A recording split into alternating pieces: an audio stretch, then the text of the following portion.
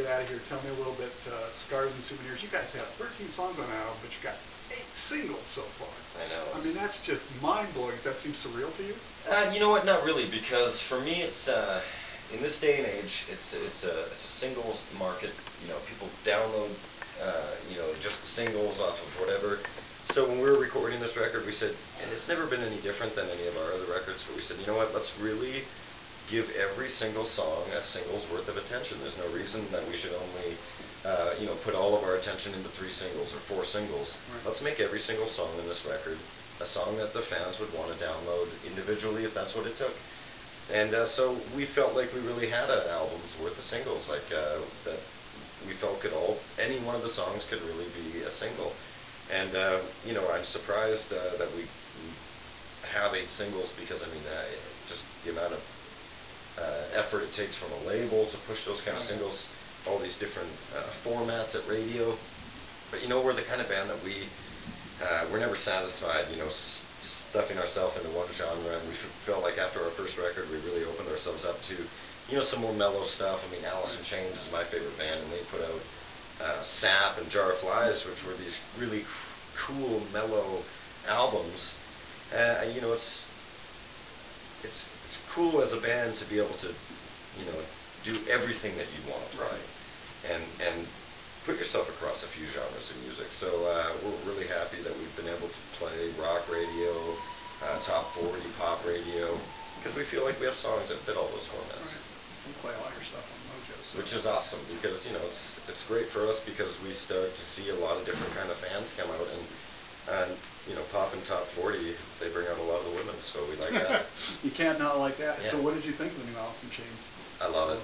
I bought it 3 times, actually. I bought it as soon as I could. I bought it on iTunes, and then I went and bought the CD, and then I bought the record, actually, because I play some records in here, and I found it on record, and it came with the CD as well, and I was like, man, I got so many copies of this thing. But I love it, and I'm a huge Alice in Chains fan, and I always have been. And for me, people would always question the fact with the new singer, but you know what?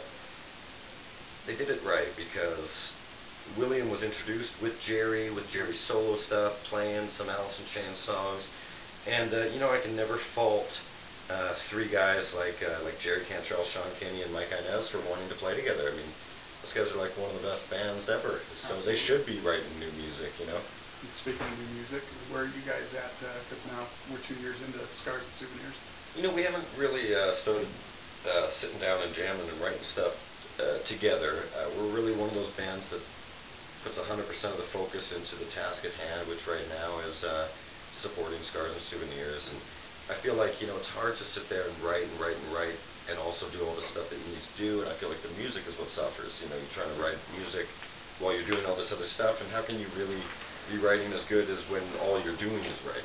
So we like to wait. I mean, we all write on our own, but it'll probably be 3 months after we stop touring that we start sitting together. I feel like you got to decompress. If you're jamming and playing the same music over and over and over again, everything you try to write ends up sounding a little bit like what you play every day. Right.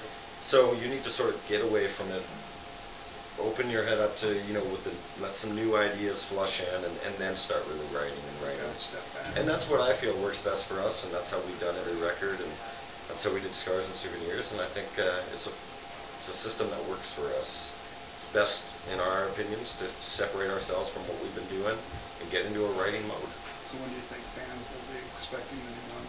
2011, 2012? I think maybe 2011. I don't think that we want to take too much time off, between these records. We've done that in the past, and always timing is so important to releasing a record, and we had such great timing. It's almost tough to say that the struggles of the economy maybe helped, because I really felt like people really needed some kind of refuge from the struggling economy, and rock and roll being one of those things that you just want to, you're like, you know what, I can spend $20 on a ticket to a concert because I need to go and release and have fun and have a good time.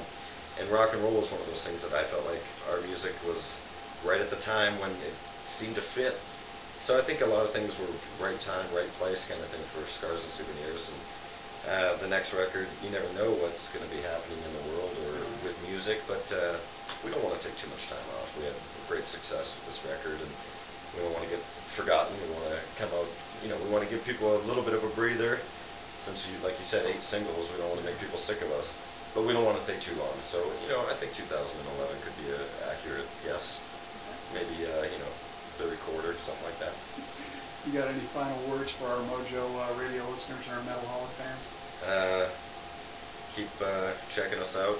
Follow us. We're going to be doing a bunch of festivals in the summer, so I'm sure we'll be coming nearby.